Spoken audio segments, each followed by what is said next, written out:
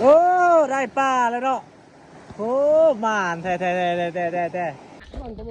สบายดีทุกคนเนาะมื้อนี้พวกเฮาไปใส่เบ็ดพี่น้องเลยเฮาบ่ฮู้ว่าสิได้ปลาหรือบ่อันนี้ไปตามแบบความหมักเลยทุกคนอยู่เฮือนล่ามันก็บ่ได้มีเวียกเฮ็ดเนาะสิไปเฮ็ดเวียกก็ฝนตกตลอดเฮาก็เลยแบบ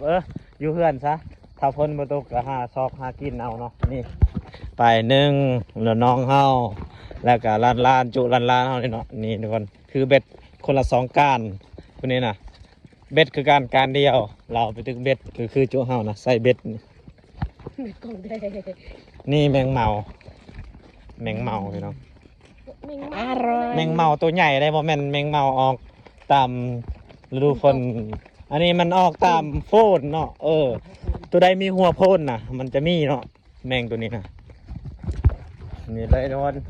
พาไปเบิ่งตอนที่ว่าเฮาได้ปลาหรือบ่ได้ปลาเนาะพาไปเบิ่งตอนนั้นเลยทุกคนเด้อ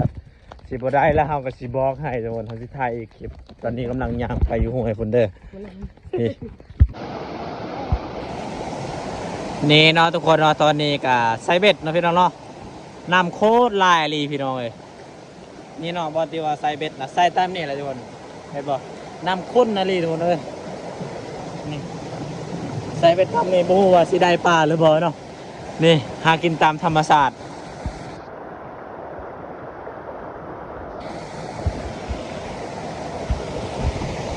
นี่แหละทุกคนเอ้ยใช้ชีวิตแบบบ้านๆหากินตามห้วยตามเซ่เนาะพี่น้องเนาะอยากนอนเลยทุกคนเลย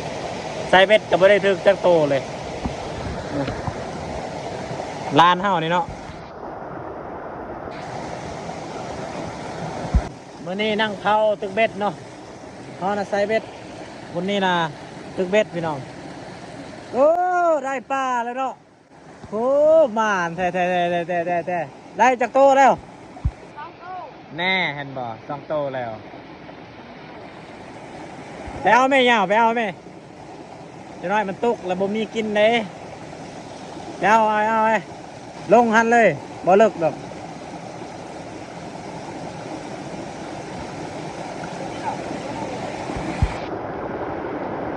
ได้2 โตเนาะ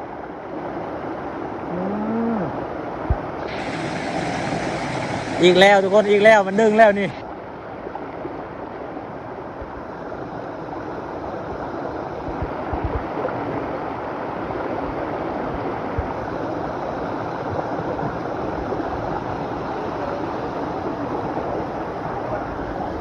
เราประมาณเนาะเราก็ประมาณเลย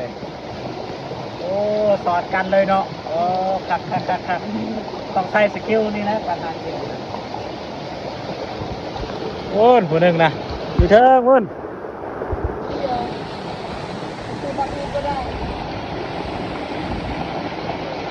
ถ้าผู้นี้ผู้เดียวแล้วเราติดเบ็ดนะ ได้ไม่ได้ก็แล้วแต่แล้วนี่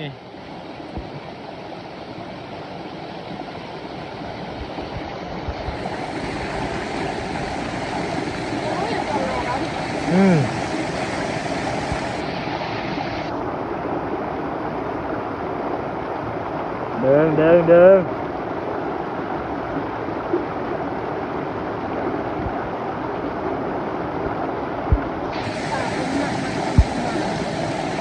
สาวมาคุณด้วย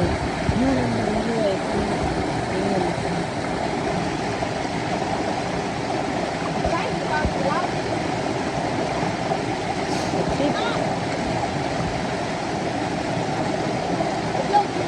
โอ้ทาล่นอยู่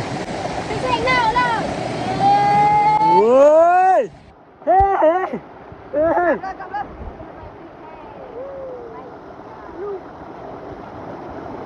มันไปช่วยแช่งนั่นละจูเจ้าโลดจ้ะวันนี้กลับแล้วทุกคนบ่ได้ปลาเลยเนาะได้แต่2-3 ตัวบ่ได้ลายนะกินกะบ่ได้คุ้มซ้ำ5 คนนี่ไปตอนนี้กลับแล้วทุกคนเด้อจังน้อยหาสุดท้ายให้เบิ่งปลาอยู่เฮือนนะมีแต่5 ตัวเท่านั้น5 คน5 ตัวพูละตัวหนึ่งกินซีอิ่มอยู่บ่ทุกคน